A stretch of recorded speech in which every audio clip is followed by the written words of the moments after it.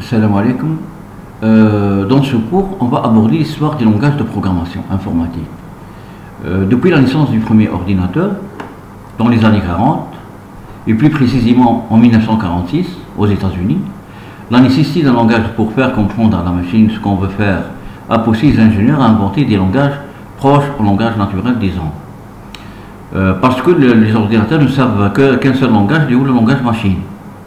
Le langage machine, il utilise le système binaire, il est basé sur le 0 et le 1.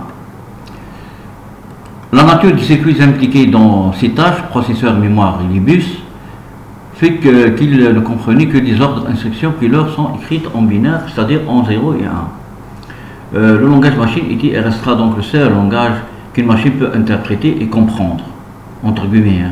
Reste que l'homme puisse trouver des procédés pour transformer un programme écrit dans un langage plus évolué en langage machine. Des langages désévolués ou de haut niveau, high level languages, ont vu le jour dans le début des années 50 du siècle dernier. Parmi ces langages, il en cite le Fortran, si le Formula Translator, ou traducteur de formules, a été inventé en 1956 et est utilisé dans le calcul scientifique. Fortran sait bien manipuler des objets mathématiques, comme les matrices, les nombres réels, les nombres complexes, les vecteurs, les entités, les fonctions, etc. Il a été adopté et implémenté par les chercheurs qui voulaient rendre leur ordinateur un centre de calcul scientifique. Beaucoup d'autres langages plus aujourd'hui ont été à leur tour créés. Ensuite, par exemple, le COBOL,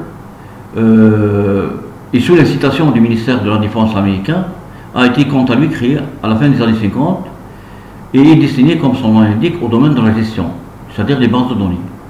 Et c'est avéré ensuite qu'il faudrait créer des langages spécifiques à leur domaine d'application, c'est-à-dire qu'il n'est pas juste de vouloir adapter un langage pour tous les types d'applications. Car si un langage est excellent pour un domaine, il n'en est rien pour un autre. Le basique destiné aux débutants en programmation n'a pas cessé de se développer jusqu'à nos jours.